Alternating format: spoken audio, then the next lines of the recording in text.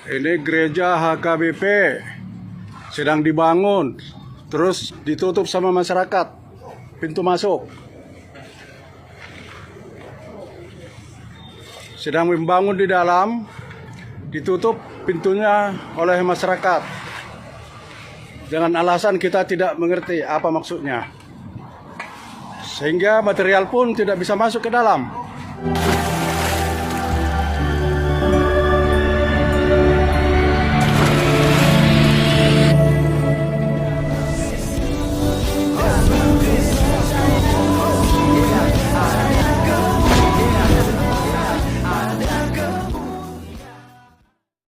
Salam teman-teman sekalian, berjumpa kembali dengan saya Arif Gule di channel TV Laskar Kristus ini. Pada video kali ini teman-teman sekalian, saya mengajak kita untuk menonton satu berita di mana teman-teman di gereja HKBP Maranatha Cilegon yang pernah ya dapat masalah dan itu viral di sana bahwa ada sekurang lebih 10.000 jiwa orang-orang Kristen yang ada di Cilegon tidak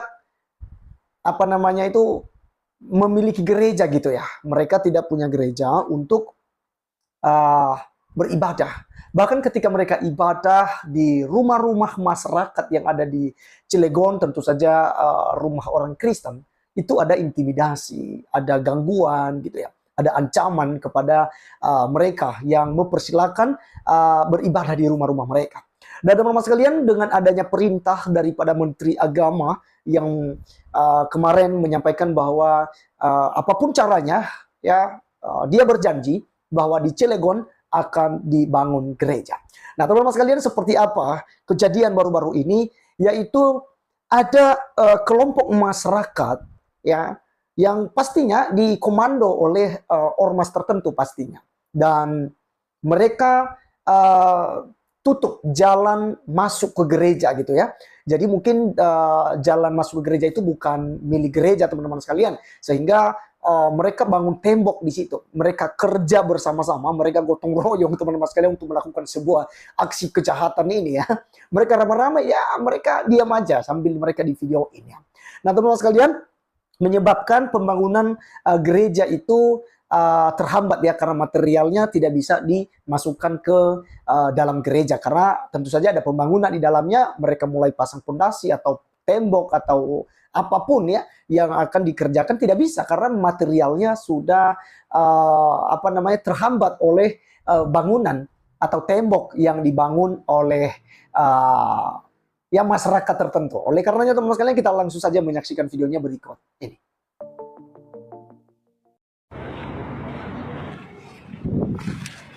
Ini gereja HKBP sedang dibangun, terus ditutup sama masyarakat pintu masuk. Sedang membangun di dalam, ditutup pintunya oleh masyarakat. Dengan alasan kita tidak mengerti apa maksudnya. Sehingga material pun tidak bisa masuk ke dalam.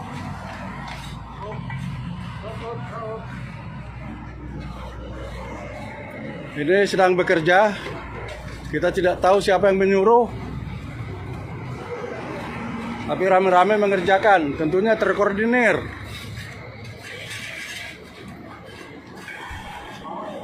Ini gereja HKBP sedang mulai membuat fondasi di dalam. Boleh video saya?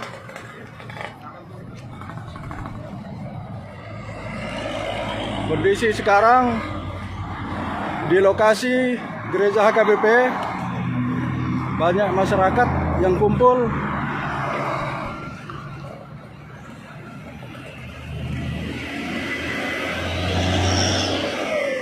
Yang sedang menutup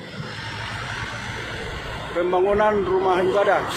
Pekerjaan pintu sedang ditutup oleh masyarakat.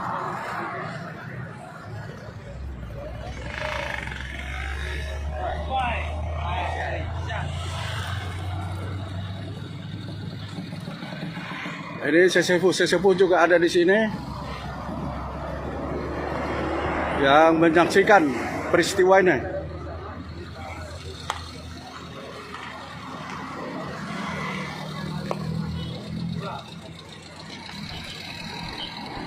Banyak sesepuh di sini yang menyaksikan peristiwa ini.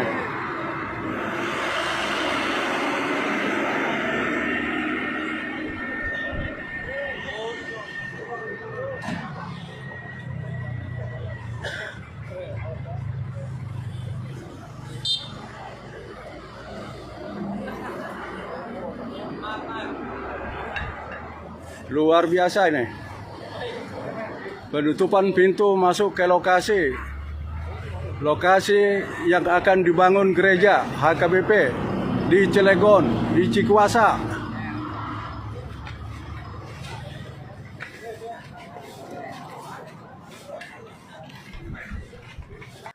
Oke, teman-teman sekalian, itulah videonya ya, dan ini sangat viral di media sosial dan bahkan di TikTok ya, ada viral ini juga mengenai aksi yang tak terpuji yang dibuat oleh masyarakat di Cilegon dekat gereja di gereja HKBP tentunya ya.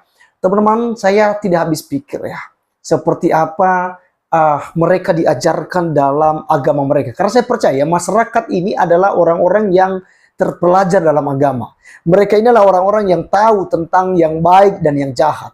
Ya, kalau hewan saja dia masih bisa melakukan apa yang baik, apalagi manusia harusnya, teman-teman sekalian. Dan saya mau katakan bahwa ini saya tidak tahu seperti apa mereka ini disamakan gitu ya. Mereka seakan-akan sudah melakukan hal yang betul gitu ya. Mereka tutup gereja, pembangunan gereja mereka halangin, lalu saat ini sudah pembangunan berjalan, mereka halangin lagi dengan memasang tembok seperti yang kita lihat di video.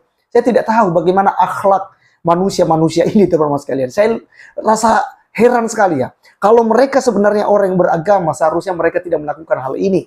Justru mereka tidak mempermalukan diri mereka sendiri. Apa yang mereka buat saat ini mewakili ajaran yang mereka anut selama ini. Ajaran yang mereka pelajari selama ini. Itulah yang mereka lakukan, teman-teman sekalian. Ya, jadi kecuali ya Cilegon ini adalah bukan berada di Indonesia, ya.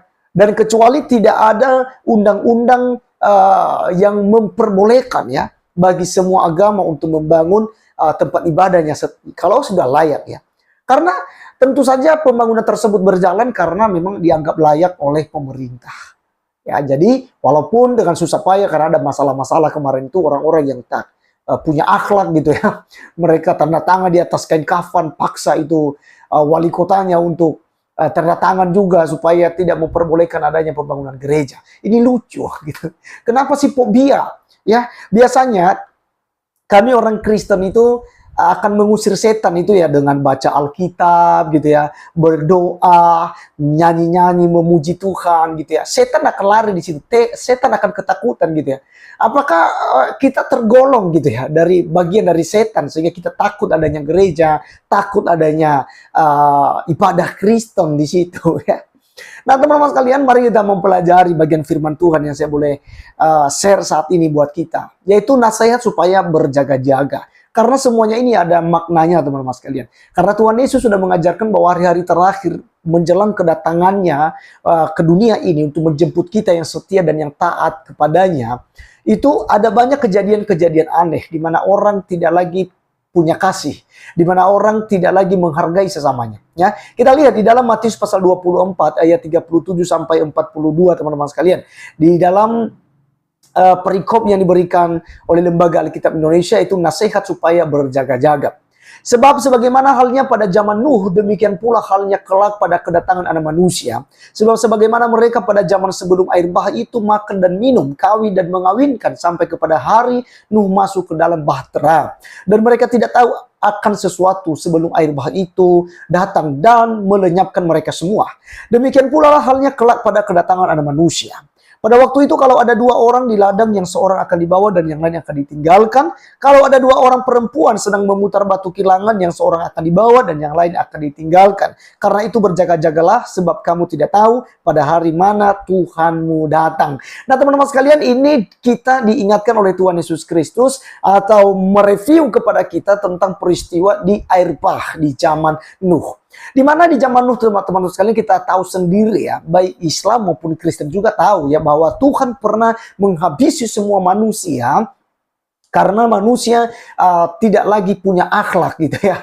Tidak mengenal penciptanya, tidak mengenal yang baik dan yang jahat gitu ya. Suka menyakiti, suka menghalangi orang lain, suka membunuh, suka melakukan perzinahan, melakukan hal-hal yang jahat di mata Tuhan. Akhirnya Tuhan menyesal karena telah menciptakan manusia yang bobrok semacam itu ya. Dan inilah yang sedang terjadi teman-teman sekalian. Akhir-akhir ini kejahatan demi kejahatan terjadi gitu ya. Ada orang-orang yang merasa diri dia sudah paling benar, akhirnya dia menyakiti orang yang tidak benar. Ada orang-orang yang menganggap agamanya paling benar, lalu dia menjadi batu sandungan bagi agama lain. Ya, ada orang-orang yang pamer akan ibadahnya di tikungan-tikungan jalan, teriak-teriak gitu ya, baca kitab sucinya di pinggir jalan, di trotoar jalan. Ya, semua itu sudah ditegur dalam Alkitab gitu ya. Ya, Alkitab sebutkan itu adalah orang-orang munafik gitu ya, orang-orang munafik. Jadi jangan kita lengah ya, sebagai orang Kristen ya, kita harus bisa membaca situasi ini. Kalau kita saat ini dihimpit, dan memang ya kekristenan akan terus dihimpit mulai dari abad pertama sampai pada abad ke-21 ini teman-teman sekalian ya. Ya, ini udah tahun 2022 dan masuk ke 2023 sebentar lagi ya, tinggal hitungan hari. Dan teman-teman sekalian ingat bahwa ya, penderitaan itu akan terus berlanjut di muka bumi ini. Orang-orang Kristen akan terus dihimpit. Maka yang lebih mirisnya nanti teman-teman sekalian adalah, saya akan bacakan buat kita di dalam Yohanes pasal 16. Ini yang paling sadis yang akan dihadapi oleh orang-orang Kristen. Dan ini sudah diberitahukan sebelumnya oleh Tuhan kita Yesus Kristus. Yaitu tentang Yohanes 16 ayat 1-3 dengan perikop bertekun ya. Semuanya ini kukatakan kepadamu supaya kamu jangan kecewa dan menolak aku. Kamu akan dikucilkan. Bahkan akan datang saatnya bahwa setiap orang yang membunuh kamu akan menyangka bahwa ia berbuat bakti bagi Allah. Perhatikan ya. Mereka akan berbuat demikian karena mereka tidak mengenal baik Bapa maupun aku. Nah, kalau saya analogikan saat ini teman-teman sekalian, masyarakat di Cilegon yang sedang bekerja keras untuk buat tembok agar menghalangi ya, agar terhalang pembangunan gereja di Cilegon ini. Ingat bahwa ini salah satu bagian dari apa yang sudah disampaikan oleh Tuhan Yesus Kristus. Ya, kamu akan dikucilkan. Yes, orang-orang Kristen di Cilegon dikucilkan. Ya, kemudian bahkan akan datang saatnya bahwa setiap orang yang membunuh kamu, mungkin ini belum terjadi, tapi secara secara tidak langsung itu sudah terjadi namanya pembunuhan karakter teman-teman sekalian. Ancaman, intimidasi, ini adalah pembunuhan secara diam-diam sebenarnya. Ya, tidak secara fisik, tapi ini membunuh karakter. Dan ini sudah menjadi golongan ini. Kemudian dikatakan oleh Tuhan Yesus Kristus, ya, mereka itu menyangka bahwa ia berbuat bakti bagi Allah. Ya, jadi apa yang mereka lakukan? Mereka halangi pembangunan gereja, mereka hancurkan gereja, mereka bom gereja, mereka mempersulit pembangunan gereja walaupun sebenarnya sudah layak, tapi dicari cara untuk menghambat pembangunan gereja, gitu ya. Orang-orang tersebut menganggap bahwa sedang berbakti bagi Allah, gitu. Karena mereka bodoh. Mereka tidak punya akal sehat seperti manusia pada umumnya. Mereka hanya identik dan mereka hanya mengasihi orang-orang yang mengasihi mereka. Mereka hanya bergaul dengan orang-orang yang dekat dengan mereka. Sesama mereka, satu agama, satu kepercayaan dengan mereka. Orang lain dianggap kafir. Orang lain dianggap tempatnya neraka. Orang lain akan dianggap sebagai kayu untuk membesarkan api neraka nanti. Mereka akan berbuat demikian karena mereka tidak mengenal baik Bapa maupun aku. Jelas ya. Yesus katakan aku dan Bapa adalah satu. Nah, kenapa mereka melakukan demikian? Karena mereka belum mengenal pribadi Allah itu. Mereka tidak mengenal baik Bapa pencipta langit dan bumi, Adonai Yahweh, gitu ya. Dan juga mereka tidak mengenal Adonai Yeshua HaMashiach, anak tunggal daripada Bapa di surga. Ingat, bukan anak tunggal secara jasmania, secara biologis. Tapi disebut sebagai anak tunggal di sini adalah anak satu-satunya dan tidak ada duanya. Tidak ada tiganya dan empatnya. Anak satu-satunya karena dia berasal daripada Allah. Itu sebabnya disebut sebagai anak Allah. Yesus Kristus adalah Allah karena dia sama dengan Allah, satu dengan Allah. Yohanes 10 ayat 30 itu, aku dan Bapa adalah satu. Dan teman-teman sekalian, apa yang terjadi kepada saudara-saudari kita yang di Cilegon ini, kita terus doakan ya. Kiranya pemerintah cepat bergerak dan Menteri Agama cepat menangani hal ini seperti janjinya sesuai dengan apa yang pernah diungkapkannya, dijanjikannya kepada para pendeta, kepada para jemaat orang-orang Kristen ya. Supaya hal ini bisa diatasi dengan baik. Kita serahkan semua kepada mereka, karena mereka lah yang berwenang untuk mengurus hal itu. Terima kasih teman-teman sekalian, saya Arif Gule undur diri. Sampai ketemu di video selanjutnya. Tuhan Yesus memberkati. Salam.